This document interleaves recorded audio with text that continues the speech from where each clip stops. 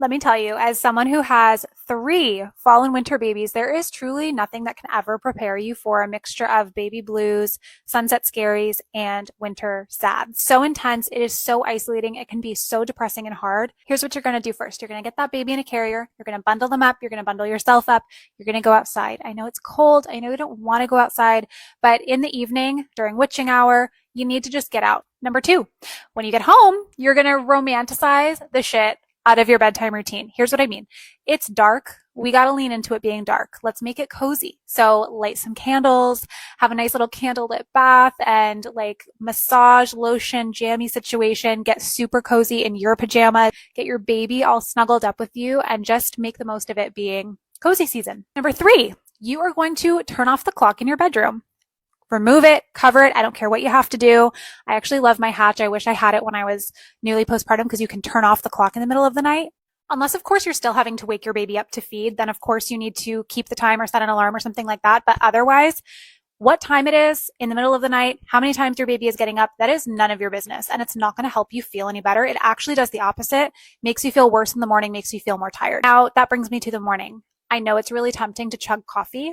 I think when I was postpartum with my first, I probably lived off like 3 cold brews and a croissant. And then by 5 p.m., I wondered why I was such a anxious wreck. You need to cool it with the caffeine and you need to feed your body. You need so many more calories than you would think when you're postpartum, especially if you're breastfeeding. You need to eat real food. You need to drink water.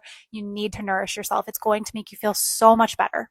Next thing, you need to get your shows, your comfort shows on lock, ready, locked and loaded for when that baby's asleep. When I was freshly postpartum, I couldn't handle any shows that were too dark or serious. So I took a break from those types of shows and I watched My Housewives. I watched Great British Bake Off and I watched, what was the last one? And I watched Queer Eye. Those were the shows that were just happy and light and got me through those hard nights of cluster feeding and things like that. The other thing that I did, because I didn't want to use screens in the middle of the night because it made it harder for me to fall back asleep. So I wouldn't scroll and I wouldn't watch TV during the night feedings, but I would listen to a book. Memoirs were great, or a Kindle. If you're more of a reader, you can also do a Kindle. Just don't scroll social media in the middle of the night. And then I think my last tip for getting through fall or winter with a newborn, and this one's really hard because I had babies that hated the car, but getting out and just having like some social thing or some activity to look forward to was so important for my mental health. Couldn't be anything too far away because again, couldn't deal with the crying in the car for more than 20 minutes, but I needed to just get out of the house, talk to other people, see other people. If you experienced this also, drop what helped you in the comments or drop what you wish you knew in the comments.